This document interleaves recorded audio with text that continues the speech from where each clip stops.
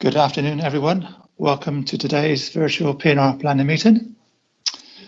As usual, I will run through various points of procedure before we move to the agenda. Today's meeting is being held under the virtual meetings regulations using Microsoft Teams. All committee decisions will be as valid as decisions made at a physical meeting held in the town hall.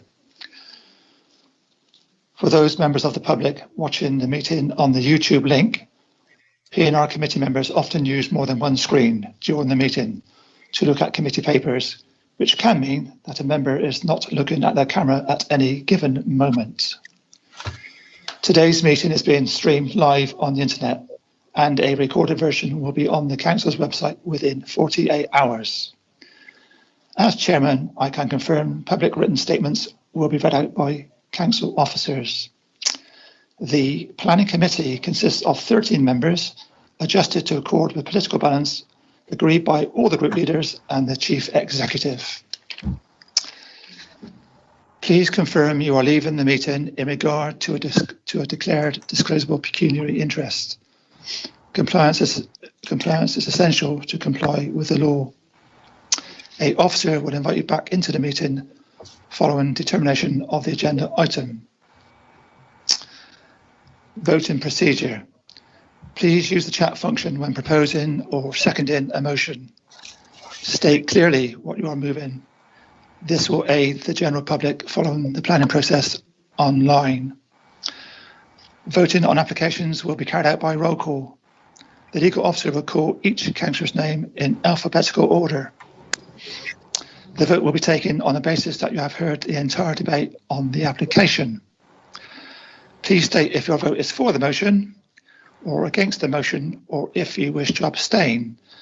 This will ensure the vote is correctly recorded. Please ensure all mobiles are switched off and your IT devices are muted when not speaking. Are there any questions?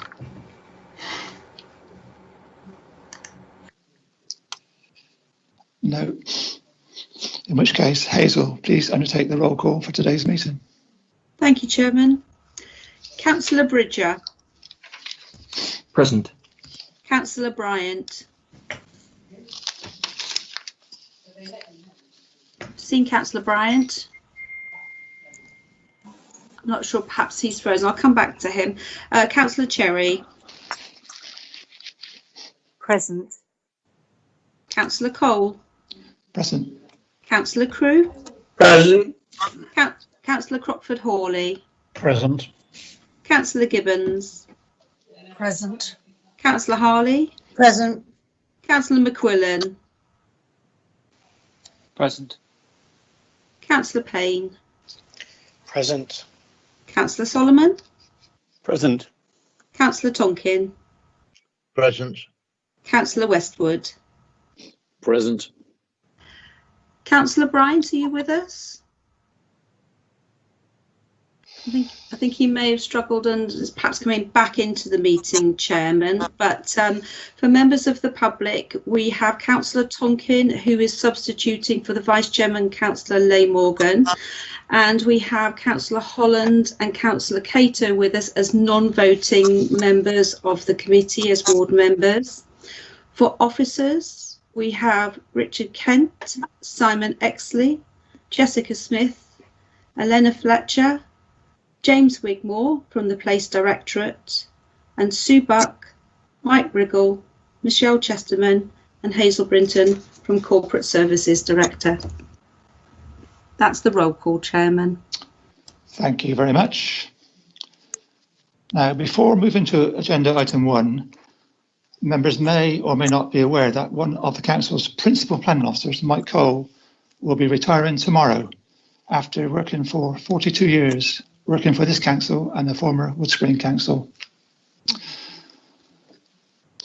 Mike's planning career commenced in 1979 when he worked as a planning assistant in the Conservation Plan Team. In 1982, Mike moved to the West Area Planning Team to deal with planning applications. Mike then moved on to the new South Area Team and was promoted over the years to a Principal Planning Officer in 1998. For the last 11 years, Mike has worked in the applications and consents team. Some members will recall, prior to the planning committee structure changes, Mike attended the old central area committee and presented planning applications on a regular basis. Suffice to say, over the years, Mike has dealt with a wide variety of planning applications and appeals of increasing complexity within the district. On behalf of committee members and officers, can I thank Mike for all he has done and his hard work over 4 decades, and wish him a happy and long retirement. Here.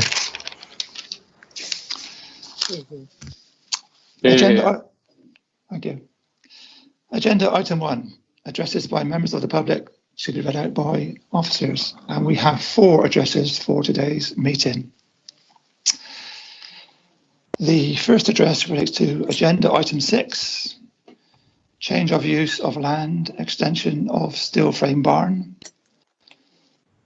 Simmerage Farm at Weston Supermare. The Uphill Village Society is against the proposal, and the address will be read out by Michelle Chesterman.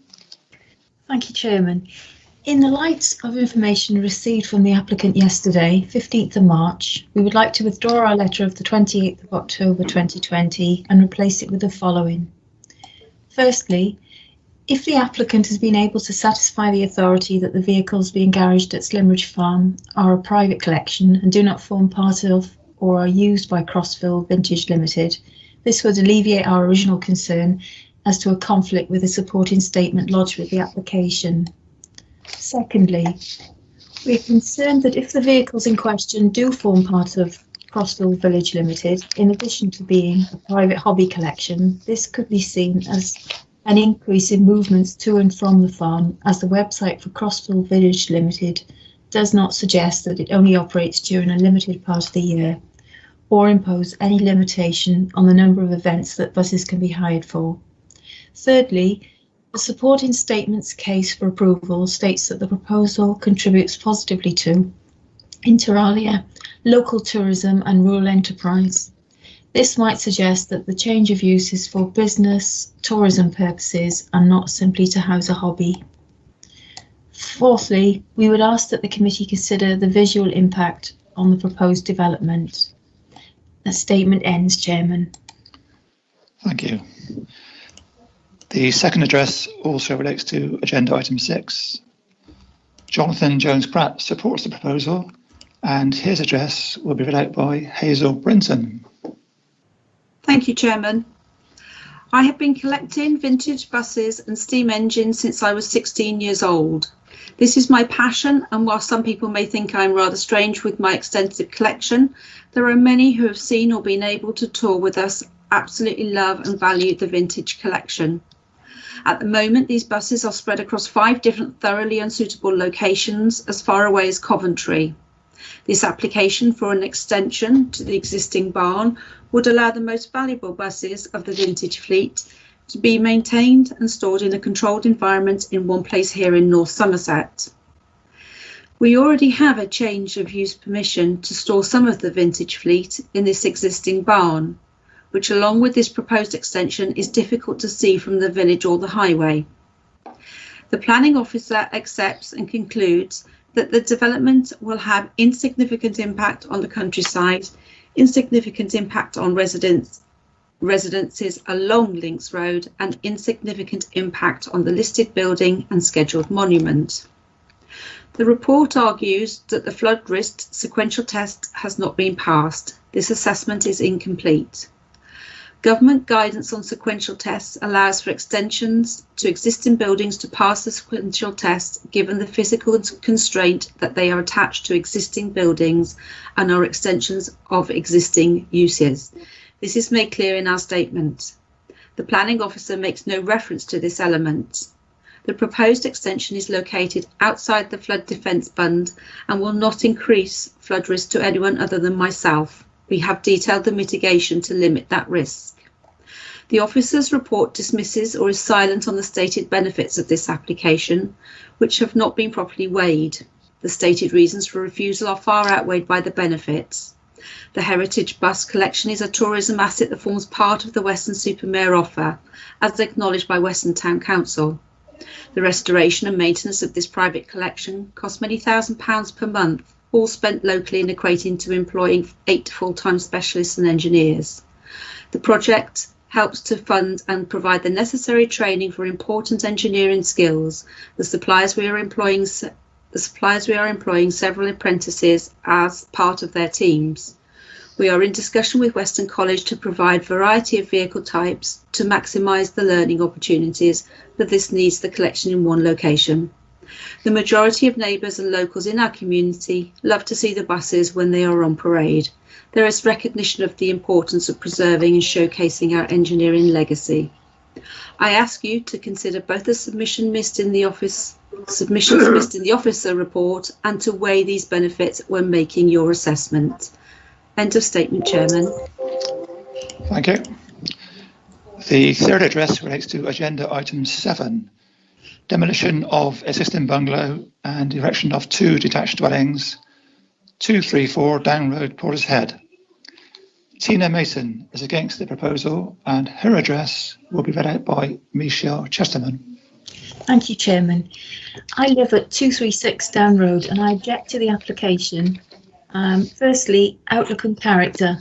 The area of Down Road to which this application relates is almost exclusively of bungalows and chalet-style houses, with the exception of 232, 232A, substantial townhouses.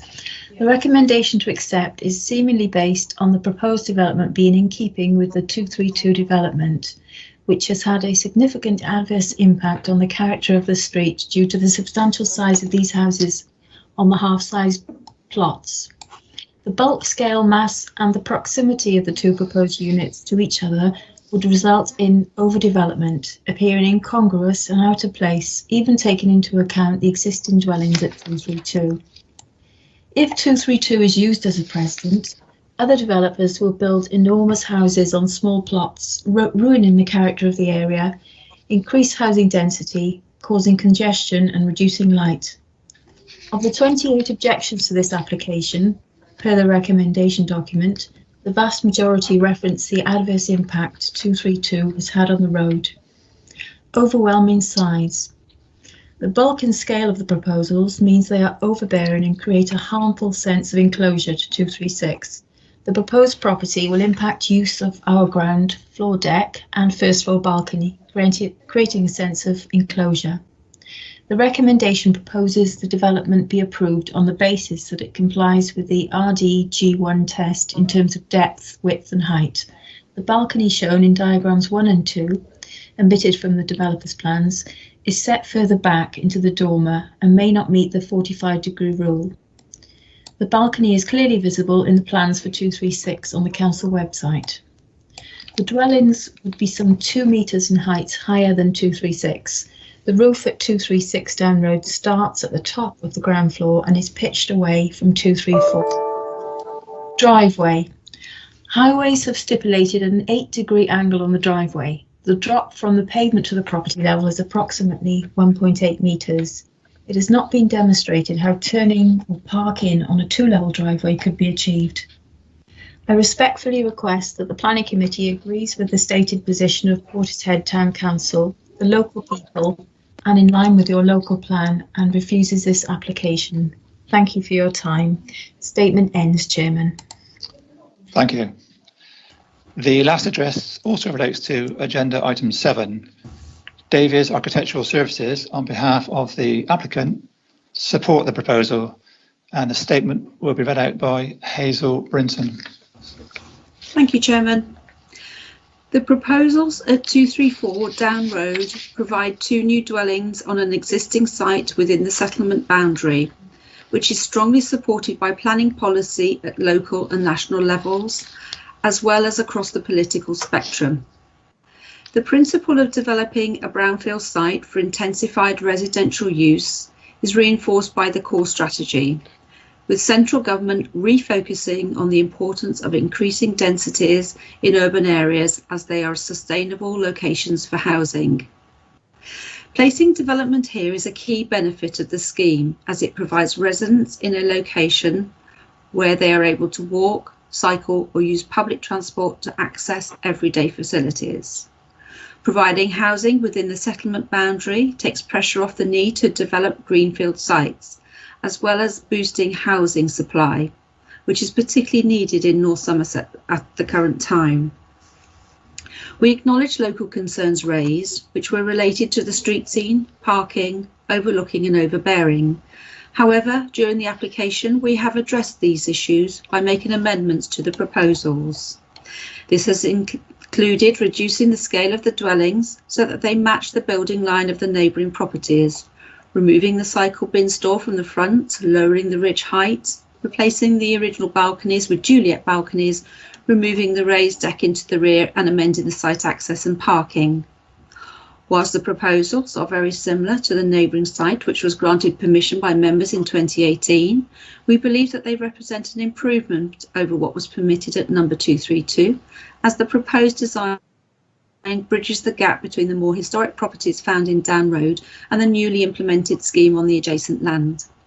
Since the adjacent application was granted permission, there have been no significant changes in planning policy that would warrant a different conclusion being reached.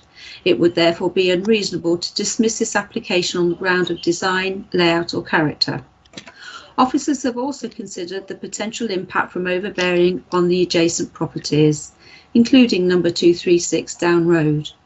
Whilst concerns have been raised about loss of light into their kitchen, it has been concluded that the scheme is compliant with the residential design guide because it does not affect the primary source of light into this habitable room. We have worked positively with officers and have addressed public comments as far as possible, which has resulted in a scheme which responds to the local context more appropriately.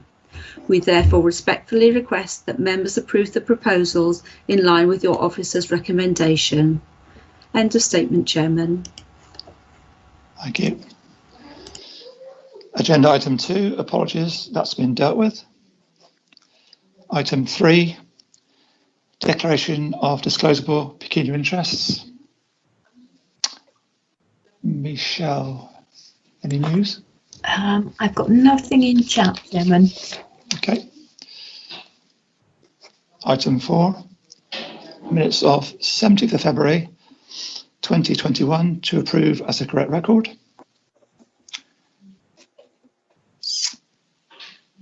Michelle, any comments? No comments in chat, Chairman. In which case, are there any members voting against the motion? Nothing, Chairman. Are there any members wishing to abstain? Nothing again, Chairman.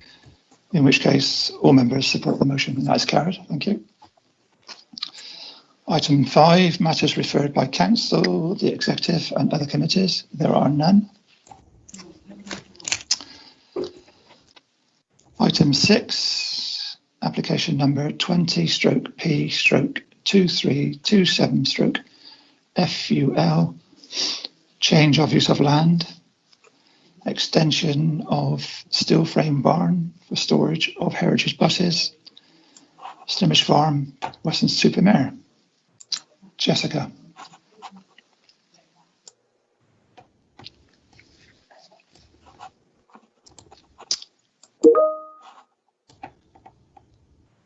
You're muted, Jessica. Sorry. The application site is within the wider Slimmage Farm area. There's a lot of echo on the audio.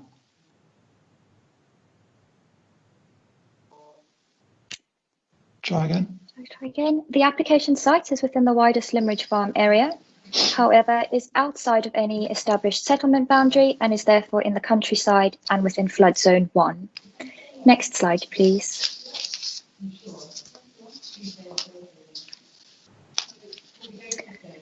This slide shows the application site outlined in red. The application barn is towards the bottom end of the slide with the proposed extensions highlighted in a darker red. The wider Slimmage Farm area is outlined in blue on the slide. Next slide, please. The slide shows the proposed floor plans. The existing barn is in the centre of this plan.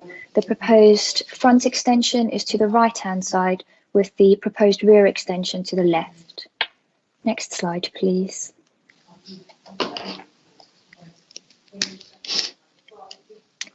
This is an aerial photograph of the application site. To the bottom of the slide is the application barn.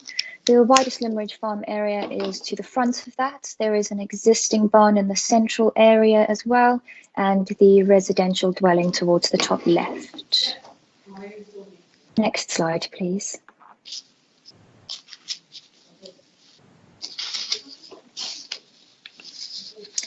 This again is an aerial photograph of the application site. To the top right-hand corner is the application barn, top left-hand corner.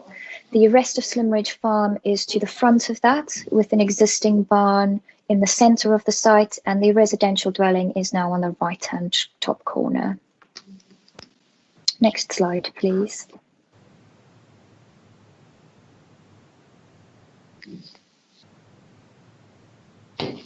This photograph shows the application barn on the left-hand side. It also shows the slope of the land from right to left, where the application site is to the west of the embankment at a lower land level to all the rest of the buildings on Slimridge Farm. Next slide, please.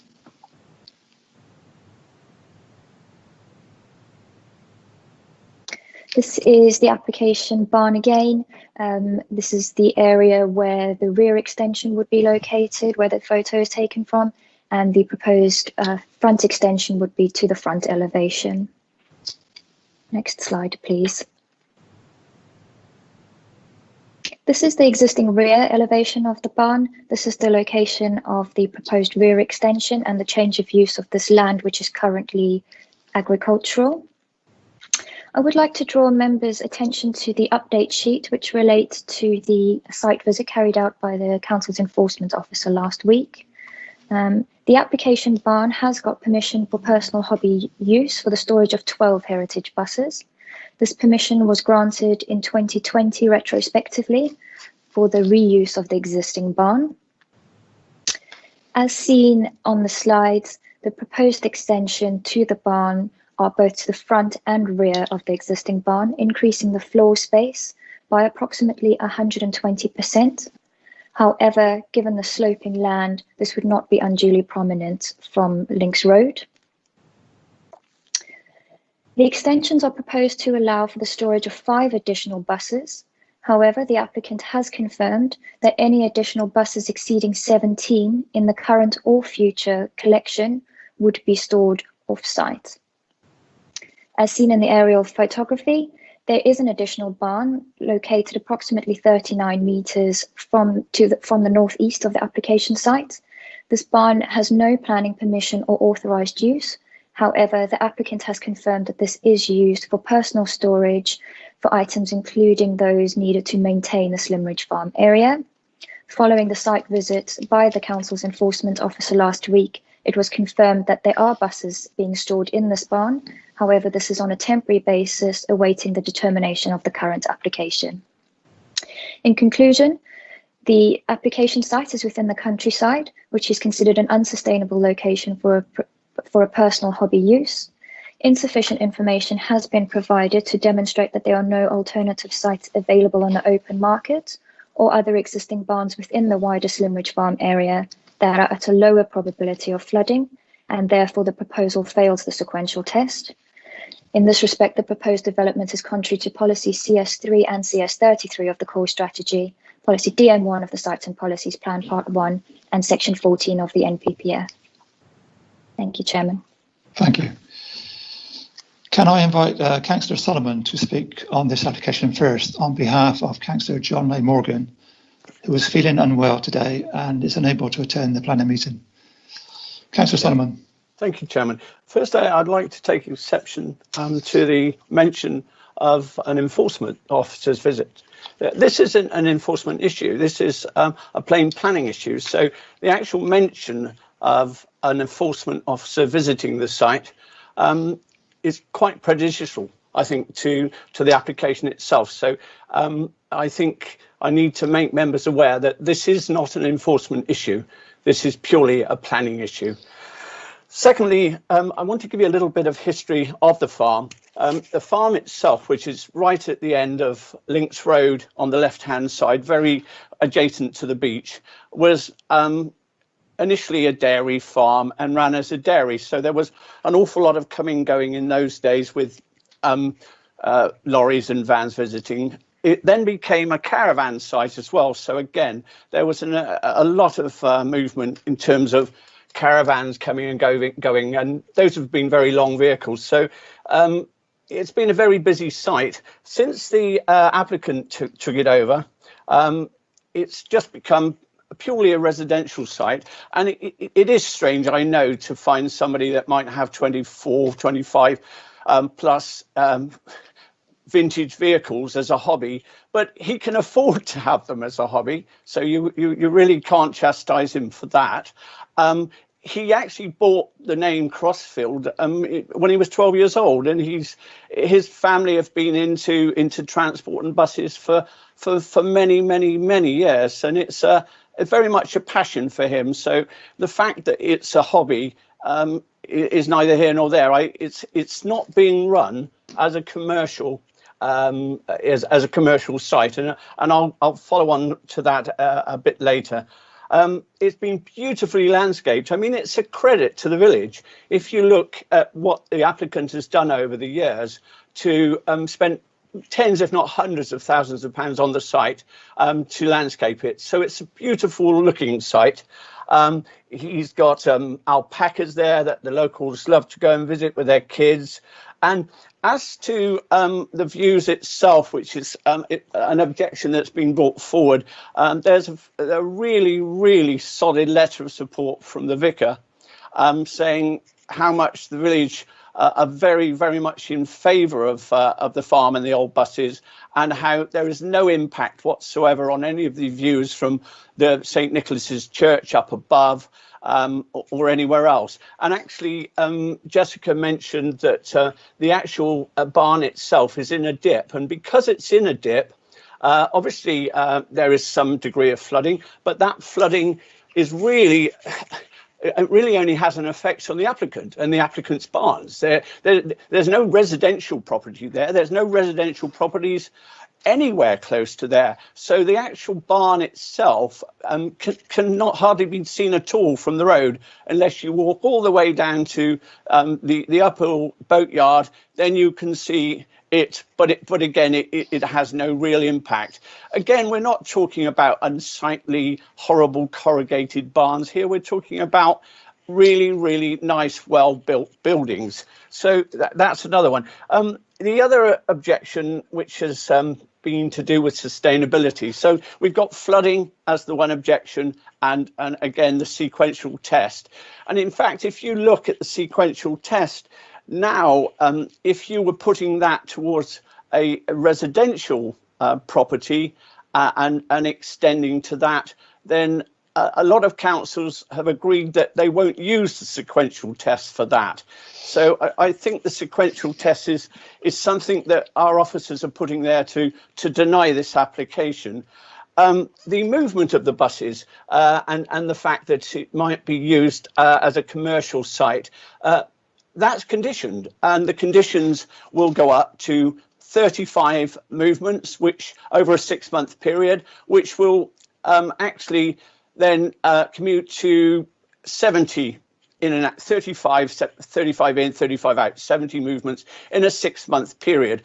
In terms of tourism, yes, it will be great for tourism. The applicant is keen to use the buses to come and support local fairs, and not necessarily at any cost. Also, if you look at some of the old engines, and I think photographs have gone out, they are really wonderful vehicles. And what's happened in the past is that dementia patients have gone along and sat on the buses. And you can imagine the sort of effect those old buses will have on people that bring back a lot of old memories for them. So there are a lot of positive things against the negatives that are being put forward. In terms of the Uphill Village Society. They've redacted most of their statements now and of objection, and the main ones are down to the visits of the buses and whether it's going to be used as a commercial site. There's no way that Crossfield can use that as a commercial site to run buses. It's not practical, and then there's no way that is going to happen. In terms of the other objections, there are 13 people on the Uphill Village Society, and I have seen literally hundreds of social media posts supporting the farm. So the majority, I believe, of the Uphill residents are in favour of the farm being used to store those old buses. In terms of the economy and apprenticeships, yes, there are plans to do the buses up at the cost of the applicant. So you'll have people working there. He plans to have apprentices working there. And as to sustainability, it's not as if we're talking about a large site that needs to be fully in line with what we see as sustainability. There won't be hundreds of people coming and going from that site in motor cars and various other things. I would imagine most people will walk to the site. So that again is another issue that I don't see as a major issue. So I would like to recommend that we actually support this application and don't refuse it, and I would be looking for someone to second that. Thank you. Do we have a seconder? I'll second that. We do. Councillor Bryan, as the other ward member, do you wish to make a comment at this stage? Yes, I certainly do, Chairman. Can you hear me? I can. Carry on. Thank you. Chairman, I give notice I am completely against this application before us today. Firstly, I wish to give members an indication as to the total size of the intended structure. The area of the building would accommodate 2 Olympic-sized tennis courts, or 20 9-pin skittle alleys, 6 squash courts, and the equivalent to the square footage of 5 average UK houses. A very large structure indeed. The history behind this development is the original structure, which was known as a Dutch barn, built with no sides, apart from perhaps one on the windward side, but was blessed with a roof and used exclusively to store hay and straw for agricultural purposes. Walls have been subsequently built to the sides and ends of the Dutch barn, and it was further extended, all without planning permission. The planning department in September 2020 graciously gave retrospective planning permission to regularize the structure. The planning application before us today is an extension to the current structure, representing a 120% increase in its size to partly house the applicant's collection of buses. The location of the intended development is off Links Road, which leads to the beach in Uphill. Indeed, the last house on the left-hand side before the beach, and belongs to the applicant, and the intended structure is within its curtilage. Approximately 6 weeks ago, my fellow councillor for Uphill, Councillor John Leigh Morgan, emailed me to ask if I would support his proposal in bringing this application to committee in order to overturn officer's recommendation for refusal. In my reply, I pointed out that neither of us lived in the village and we should seek residents' views first. Uphill Village, although registered within the parish of Weston-super-Mare, has for decades run many of its own affairs by what's known as the Uphill Village Society. This organisation runs as efficiently as any parish council within the district. It's supported by Western Town Councils and raises its funding by organising charitable events within the village. I sought its advice and was told in no uncertain terms that the committee opposed the development en masse and asked for my help in refusing the application. The society has subsequently sent a letter to the planning department to that effect. A major concern to residents is the use of large, low loaders to transport buses for various events. The planning department has seized on this problem and in the report has restricted the use of such vehicles should the application be passed for approval. As it must be realised, buses would need to be taxed and insured to travel on the highway without them. There are, unfortunately, other breaches of planning on this site. The bottom paragraph on page 1 states, there is an additional existing storage barn measuring approximately 21.5 metres by 17.2 metres. And more to the point, it states, all without any relevant planning history. This building is within 3% difference in surface storage area of the application before us today. In the last 4 weeks, 2 stable blocks and a lean-to have been ordered, Mr. Chairman. What relevance has the stable blocks got to this application? Councillor, will you kindly listen to me? Councillor Bryant, can I just remind you that standing orders refer to members' comments being time limited to 5 minutes, and you've now been going for almost 7 minutes. So if you could conclude in it. I will wind up very rapidly, Chairman. Please. In the last 4 weeks, 2 stable blocks and a lean-to have been erected and finished, all without planning permission. Yet another headache for the planning department to resolve. In conclusion, will you join me in refusing this application? The reasons why this application is clearly unacceptable is distinctly stated by the officer's report in its recommendation shown at the bottom of page 9. Thank you, Chairman. Thank you. Michelle, members wishing to speak? We've got Councillor Tonkin, Chairman, followed by Councillor Solomon. Councillor Tonkin. Thank you, Chairman. I was originally going to speak in support of Councillor Solomon's comments, but can't really add to them anymore, and to also second his proposal, because I'm not quite sure if anybody actually seconded his proposal before, because a load of hands shot up and that was it. Councillor Crowe seconded it. Fine. Right. Thank you, Councillor Tonkin. Councillor Solomon. Yeah, I'd like to reply to Councillor Bryant's comments. As far as the Uphill Village Society is concerned, when they were actually presented with certain evidence about the change of use, the additional barn, that evidence implied it was going to be used for commercial. Crossfield was going to be running buses from it. All sorts of other things were put to that society, and that's why they've only now changed objections to the comings of goings of the buses, which are conditioned. In terms of support for them from the town council actually support the applicant.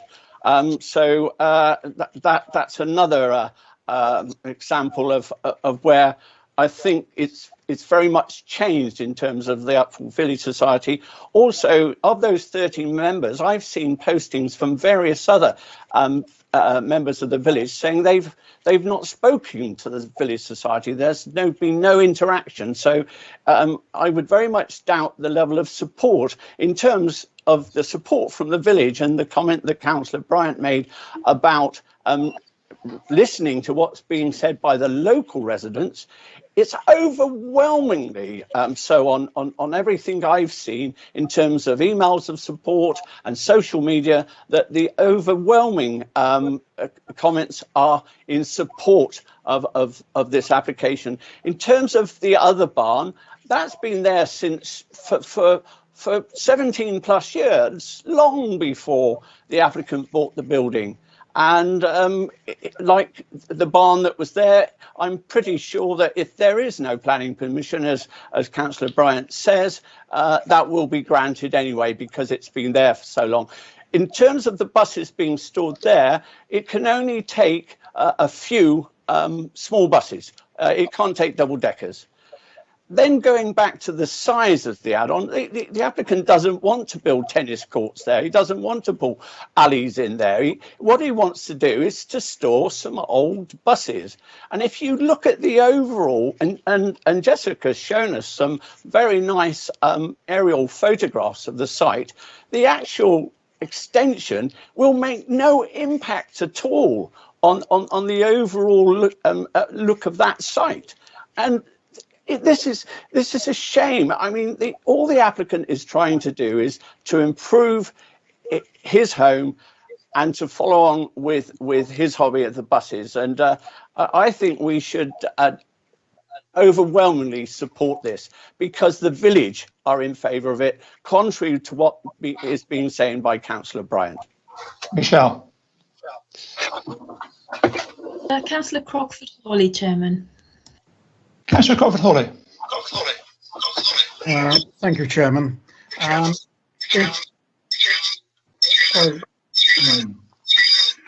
people haven't switched off the microphones.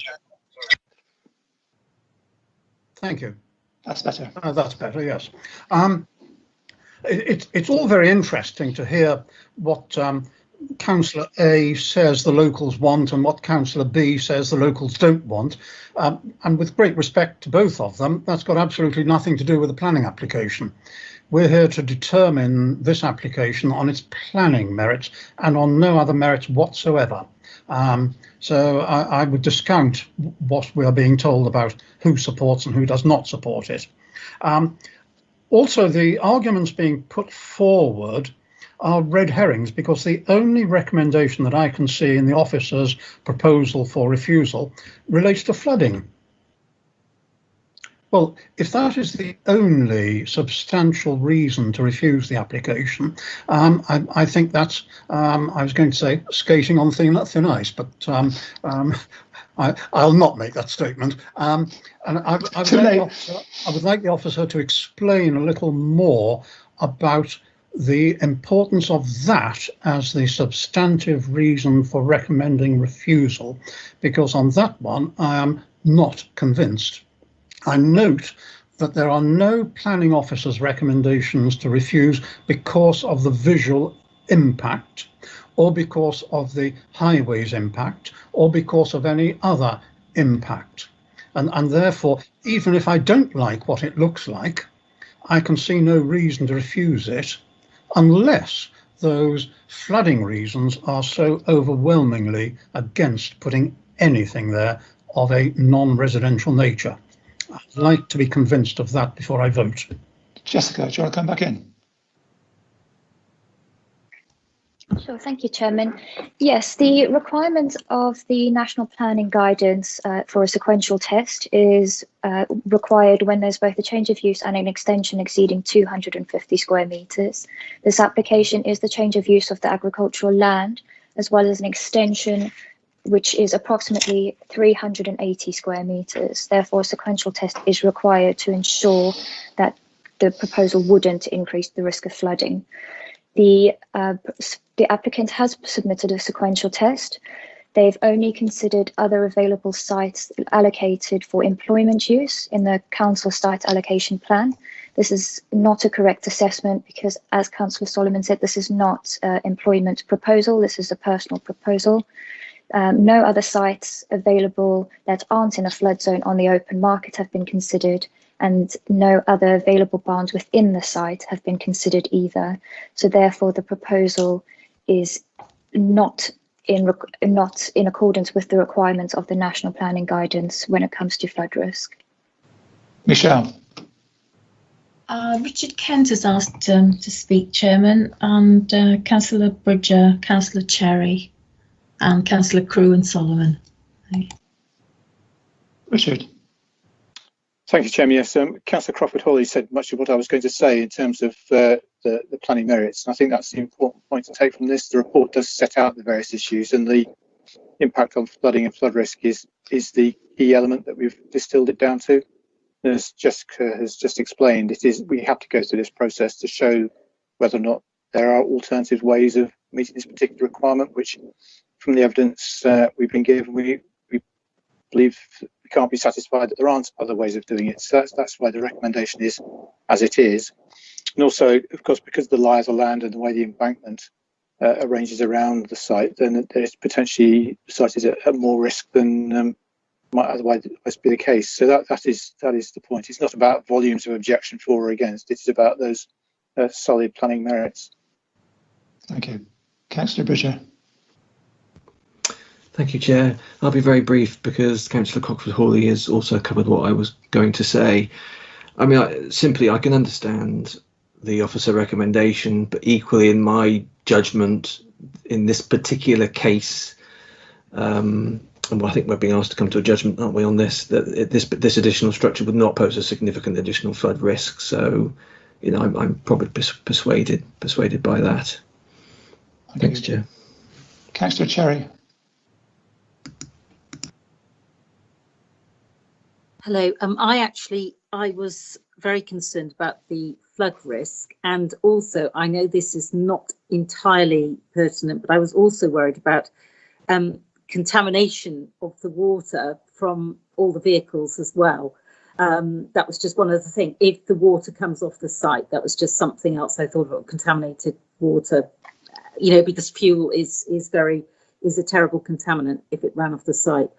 But overall, I understand that everybody is very sympathetic to the applicant because of the tourism impacts of these vehicles, but I still think that's not relevant, and that we should be looking at the flooding issues and the fact that the applicant has clearly not considered other areas which he could have put all these vehicles on. And we shouldn't be looking at his character and eccentricity and any of the other issues. We should be looking at the flooding, as the planning officers have said. Thank you. Councillor Harley. You're muted. I can understand what people are saying, but I have to say Councillor Crawford-Hawley and Councillor Bridger have actually said what I was going to say, in the fact we're actually thinking about flooding. I'd have to say, if we actually had to sit back and assess all the buildings that are taking place in flood areas, I don't think we would be building anything in North Somerset, certainly not housing. And so, I think we have to look at it. Actually, since when has there been a major flood there? All of us could get flooded, but certainly if we're basing it on flooding, I think we've got many other areas that we've passed where there is a real threat of flooding. So I'm actually going to support this for approval. Councillor Solomon. Yes, I'd just like to follow up towards Jessica's comment about this and Richard's comment about the sequential tests. I believe the applicant has searched for the last 2 or 3 years for alternative sites, and those alternative sites would have to be commercial sites. And within the area, and I know myself because for other issues that I've been involved in, trying to find sizable commercial sites to house the buses, very, very difficult indeed. And again, moving back towards the flooding, as Jessica said, the size is not astronomically larger than is allowed under the 250 square metre sequential test. And the only flooding issues would be to the applicant himself and to his barns. And I don't see, as far as Councillor Cherry is concerned, I don't see an issue unless the water goes up 5 or 6 feet of there being any pollution from fuel or anything else on the buses. I don't think that would be an issue. Thank you. Michelle. Richard Kent would like to speak, Chairman. Is there anybody else after Richard, or is that the last? After Richard, Councillor Crew and Councillor Bryant. Richard. So, yeah, just a quick comment on Councillor Holly's statement. I think the rules about planning and flood risk areas have changed over the years. So, whilst some developments have taken place in flood risk areas, the approach has evolved over time, and where we have in recent times allowed development in flood risk areas is because it has been through the sequential test and has made the appropriate mitigations and flood defences. So we are trying to follow that approach, and the approach very much is now about planning for long-term flood events. I can't remember whether it's 1 in 100 or 1 in 200 year events, but it's long-term events, and then making sure that we're not allowing new buildings in places where flooding may occur and may impede the dissipation of flood water after a flood. I think that's some of what it's about. I thought I'd better just try and explain that. Thank you. Councillor Crew. Thank you, Chairman. Nothing really to say. Councillor Crawford Hawley covered it well. Just to say that if you had something with the value of these vehicles together as a collection, would you actually run the risk of getting them flooded? You take mitigation into account. Chairman, it's a weak argument, and I think I still continue to support it. Councillor Bryant. Thank you, Chairman. Just to clear up this point on flooding, some of you may recall that back in the very early 80s, a big chunk of Uphill was actually flooded, and as a result of that, there's a huge sluice gate and a bund has been built, and this bund goes completely through this site here, and the barn is on the seaside side of that bund. So yes, the bund was considered to be put there to prevent the Uphill being flooded again, and therefore that particular area is subject to flooding. And just to finally finish off, yes, we know that large areas of North Somerset are deemed to be in flood risk areas, and there is a time sort of limit as to 1 in 100 years or whatever it may be. This, I think, is the chances of flooding here is a lot more, could happen quite quickly, I feel. So I think it is important, but there we are. Thank you. Michelle, was that the last speaker? Councillor Crockford Hawley, Chairman, just put his hand. I think he wants to speak. Councillor Crockford Hawley. Thank you, Chairman. Yes, just one point. I sense there is likely to be an approval of this. I may be wrong, but I sense that. If so, is there anything the officers would wish to add other than members just saying, yep, approve it, end of story? Question. Chairman, yes, there would need to be some conditions. Perhaps Jessica Smith might just comment on that. Jessica. Yes, thank you, Chairman. We have drafted some conditions. This is mainly based on the existing conditions of the barn itself. These are conditions that restrict the use to the storage of these heritage vehicles. This also restricts the amount of outings per year. So it restricts the amount of outings to 35 during the 1st of April and 31st of October, and 15 between the 1st of November and the 31st of March. We've also got a restriction on the hours of operation, which is currently restricted at the application site, so that would just be carried over to these extensions. We would also take away permitted development rights for further extensions and any external lighting. We would also want to consider some conditions around the flood risk issue. Thank you. Michelle, any more speakers? Councillor Cherry, Chairman. Councillor Cherry. Hi. Actually, there is a point about fuel storage as well, and I hope that that's is that possible to put a condition on fuel storage? It's just that I know other people haven't heard of this, but where there is flooding, there are often risks to contamination of the ground in the area. No, that's what can happen. Because believe me, I've dealt with floods before, and that's something that maybe the planning department ought to have on there, something around conditions in relation to fuel storage, in relation to possible flooding, because it would be appalling. If it gets into the ground, it's impossible to clean up, and that's why I was making the point. Okay. Thank you. Michelle? And Councillor Harley, Chairman. Thank you, Chairman. Thank you, Chairman. I just wanted some clarification on the usage of the coaches for 35 times a year. Now, being totally stupid, probably, is that on each coach they have? Because obviously this gentleman does a charity thing, and often, especially I'm sure coming out of COVID, there are going to be lots of things where people are going to have to do fundraising and using for charities in the future. So is there any way that if they use up that 35 that you're going to put in a condition, that they can apply for an extension or for a one-off or whatever, like you can in ordinary licensing? Jessica? Yes, they would be able to apply for that. The actual condition that they've suggested it themselves, currently it's 5 trips less each side of the year.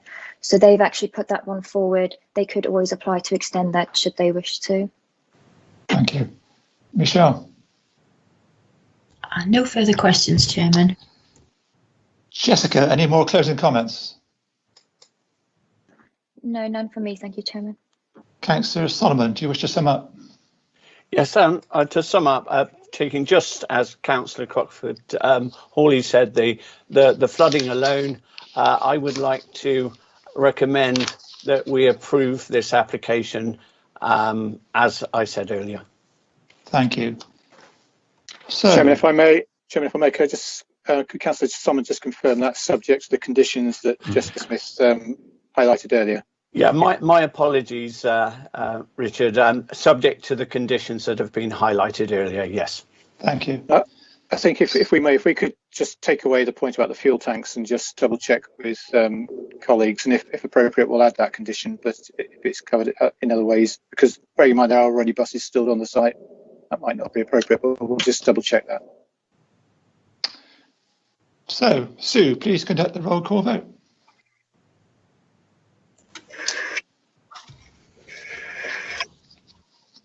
Thank you, Chairman. I will now take the vote from each councillor in alphabetical order, and for each vote taken, the councillor will be confirming that they have heard the whole of the debate, unless they state otherwise. Sorry, we can't hear you very well. Sorry, can you hear me now, Councillor Crockford? Yes. Would you like me to repeat that, councillors? No, carry on. I've lip read. Thank you. The vote is the proposal is for approval of item 6. When I say for, it will be for approval, against approval. Councillor Bridger. For. Councillor Bryant. Against. Councillor Cherry. Against. Councillor Cole. For. Councillor Crewe. For. Councillor Crockford Hawley. For. Councillor Gibbons.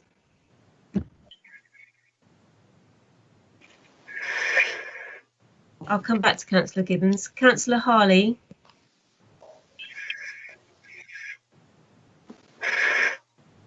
You're muted. For. I was muted. Thank you. Councillor McQuillan. For.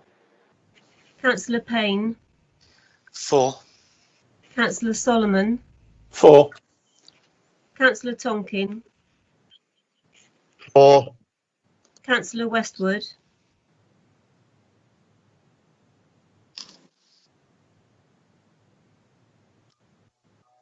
Yeah, 4.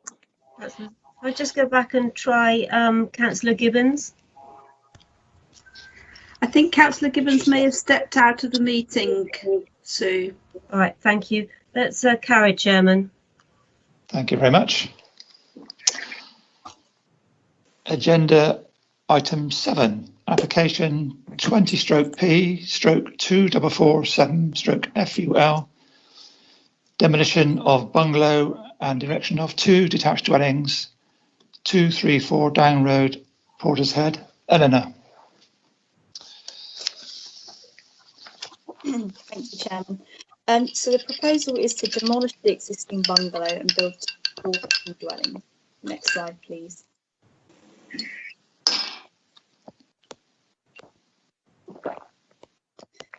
So the proposed site is located to the northwest of Down Road in the upper part of Portishead. It's within a densely developed urban area and is in the settlement boundary. Next slide, please.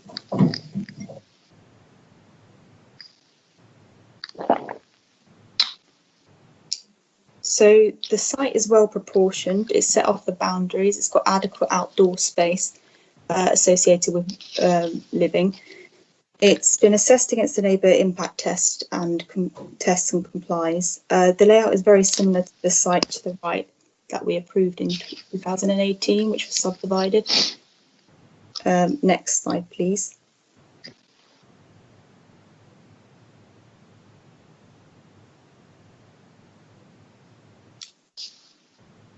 Okay, so this shows the floor plans. So it's got a well-designed layout with adequate space and access to natural light suitable for modern living. Next slide, please.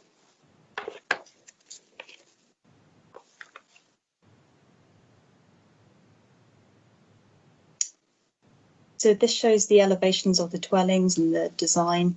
So the top left is the front elevation, what you see from the street scene. So it incorporates design features characteristic of the local area, including a hip roof and an arched window on the front. It maintains gaps between the buildings, which keeps them, looks as though it's in proportion with the plot size. Next slide, please. Okay, so these drawings show the driveway with the first 5 metres at 8% gradient to allow adequate visibility for the drivers to pull onto the highway as requested by the highway officer. Next slide, please. So this is the street scene drawing, so it shows the existing dwelling and the proposed dwelling in the context of the adjoining dwellings. So you can see the proposal isn't excessively high when viewed next to the adjoining dwellings, and it's not out of scale or proportion with the adjoining dwellings. Next slide, please. So this is the view of the front of the dwelling looking down the drive, the existing bungalow. Next slide, please. So this is the view of the front of the site from the street at the moment. Next slide, please. This is the site in relation to the neighbour at 232A. Next slide, please. This is the 2 dwellings on the subdivided plot to the right of the proposed site. Next slide, please. This is the street scene when looking to the left of the proposed site. Next slide, please. This is the view of the existing site in relation to the neighbour at 236. Next slide, please. And then this is the view from looking from the neighbour at 236 towards the proposed site.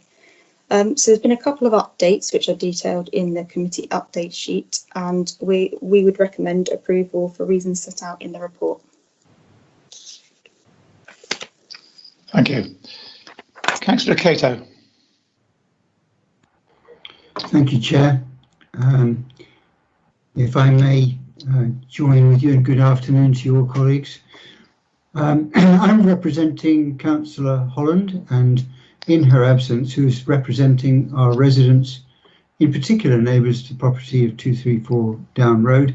You heard earlier the representation from the immediate neighbour, and I may take it as read that you've also had the opportunity to read the comments from Councillor Holland and the other objectors to this proposal, and also recognise we have a need to protect the living conditions of neighbours.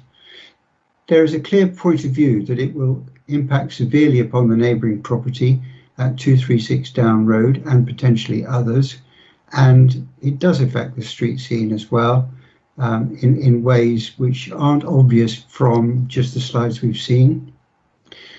There is a suggestion that it is in keeping with neighbouring properties, and yet the two properties it is in keeping with are themselves entirely out of keeping with the rest of the road. And if one takes it in context with all the other properties in the road, it actually fails dismally. I recognise there is a notion to approve, yet there have been 22 objections on the record and only one supporting. There is clearly a conflict of perspectives, the overwhelming proportion of which, 96%, are to reject, and it is our responsibility to have appropriate duty of care for our neighbourhoods. As such, this proposal may rightly be refused. But if nothing else, in the interest of best representing our residents, I believe it would be appropriate for panel members to fully appreciate and understand this proposal from an on-the-ground site visit. So, I respectfully ask all members here today that you refuse this application. And if not, then I request a proposer and a seconder for the motion for a site visit to fully understand the issue from the ground and appreciate it as it is. Thank you all very kindly for your attention. Thank you. Michelle. I've got no comments in the chat, Chairman. So we need a proposal from the floor. Councillor Tonkin.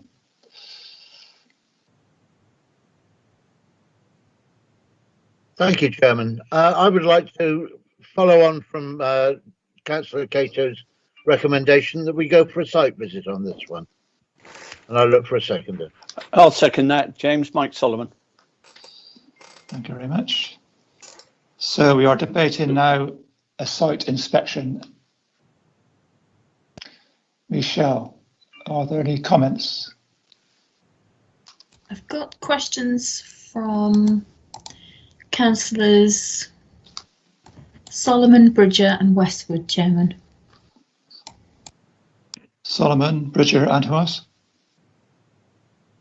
Westwood, Chairman. Okay, just to remind members, we are debating a site inspection. Councillor Solomon. Yeah, it was to talk about the site inspection, because I know Councillor Bridger has already done one, so that's been covered. Thank you. Thank you. Councillor Bridger.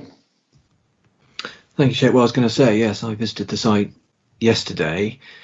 Really, just I looked before the site visit. I looked on Google Maps as I would normally do, but I made a site visit to check whether I was seeing on Google, in real life, was reflected on what I would see on Google Maps, and it was. So I would hope that most members would have at least done that much work, or even visited the site as I have. So I mean, if members haven't, then I'd probably be in favour of a site visit. But as I say, the picture you get visiting the site isn't necessarily that different to what you would get from Google Street View. In this particular case, it's not an open field or anything.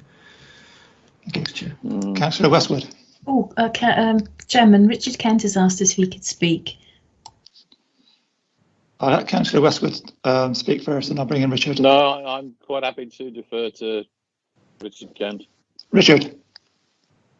Chairman, yes, it's just to pick up on the point about site inspections. Obviously, we're still operating in lockdown, so we would have to be very careful about how we did it if this motion is carried, and it probably would, in the current situation, end up having to be a self-guided tour, pretty much as we've done in the past. And as Councillor Bridges already said, ideally we would ask councillors to go and see sites themselves and do, in his words, the homework before the meeting. And one of the reasons we show the photographs is to give you that view. But you need to just manage your expectations as to what and if a site visit can arrange and what it can show. But just to add, outdoor restrictions on COVID could be less stringent in April as things change. Anyway, but it would need to be, obviously, it would need to be in accordance with whatever COVID guidelines apply at the time, groups of 6 or whatever it happens to be. But councillors can certainly go under their own steam. Yeah, Councillor Westwood. I take what Councillor Bridger has said.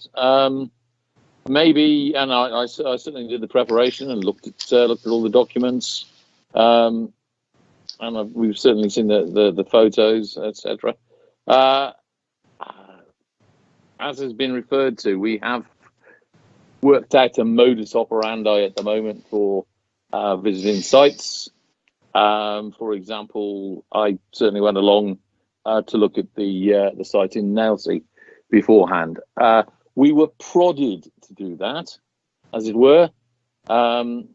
Maybe we should have been prodded this time, and then more of us, other than just Steve, would have gone along. So I'm quite happy to go along on to have a site visit as individual members. We go along and have a look. There you go. I think this is a sufficiently complex site, given the issues that have been brought up by Councillor Cato to justify us having a look at it and deferring it for one cycle. There you go. Thank you. Michelle.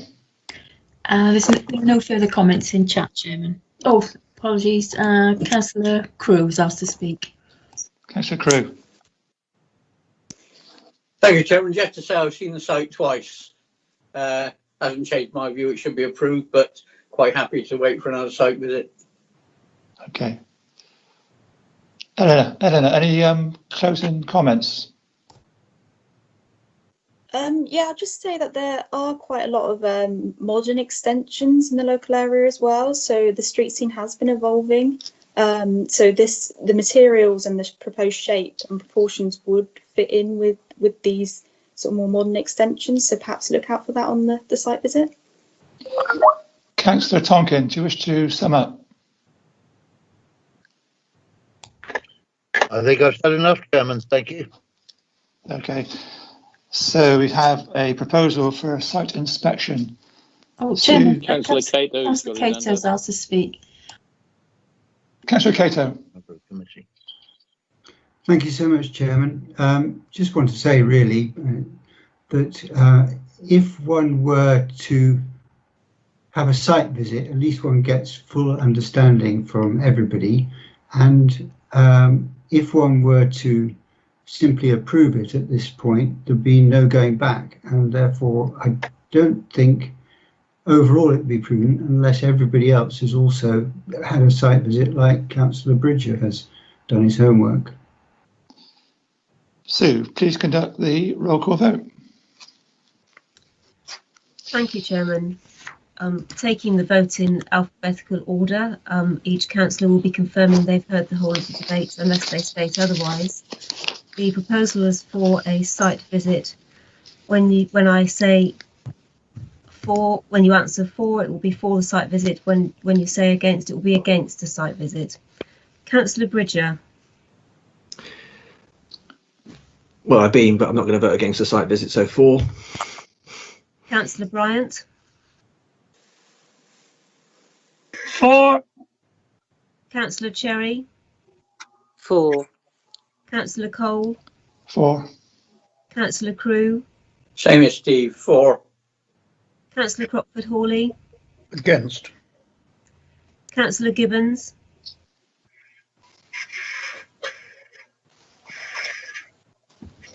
Councillor Harley.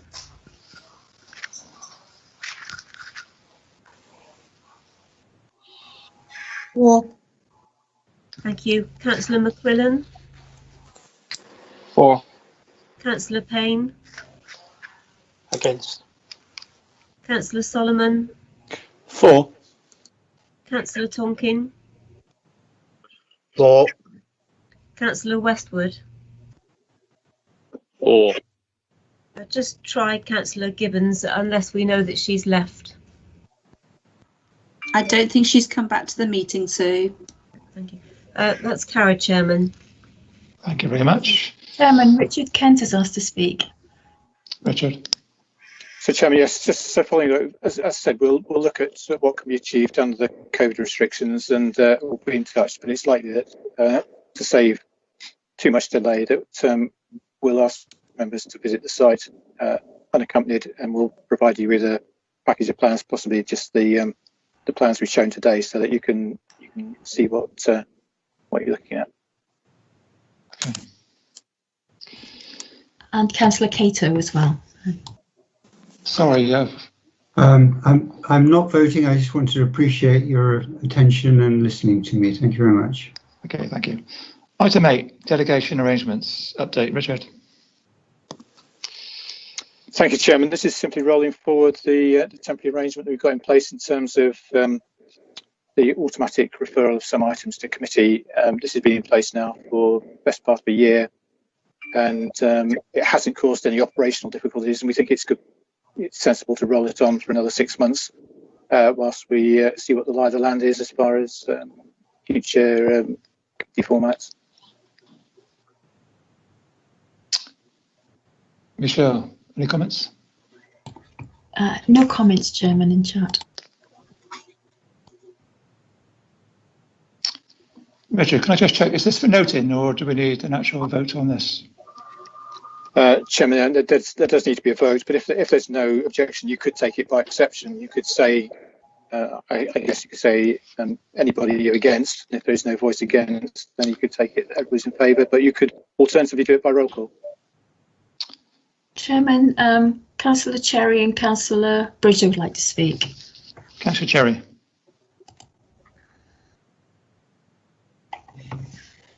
Sorry about that. Just to say, does this include the number on the planning committee as well, or is it just about what's to go for delegation? No, Chairman. It's nothing to do with the numbers of the committee. That's for another place. That's for council to resolve separately. Fine. Just checking. Thank you. Councillor Bridger. Chair, that was my point as well, just clarification that this is simply rolling over the delegated powers, and it is, so that's fine, thanks. Okay. Michelle, anyone else? No further comments, Chairman. So we have a proposal to approve the delegation update. Sue, please conduct the roll call vote.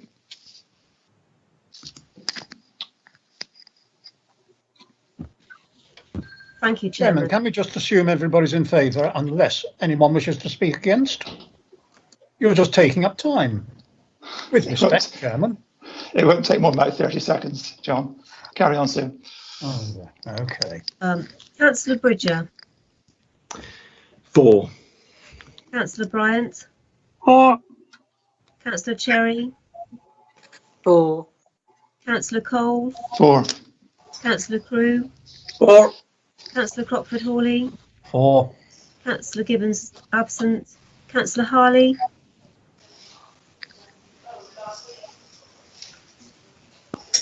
She's gone as well. Councillor McQuillan. For. Councillor Payne. For. Councillor Solomon. For. Councillor Tonkin.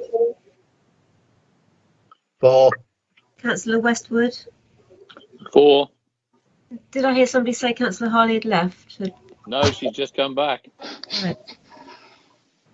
Councillor Harley, did I've had to move my car. I'm sorry. all right. We'll take that as no. That's carried, Chairman. Thank you very much. Agenda item 9, planning appeals. Richard. Thanks, Chairman. Nothing to add to the report. I don't know if Simon X has got anything he wants to say, but I think the report's pretty self-explanatory.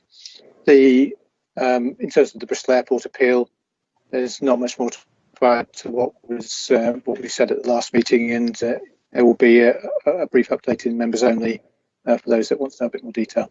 Thank you. I think Simon perhaps does have a point he wants to make. Simon. Thank you, Chairman.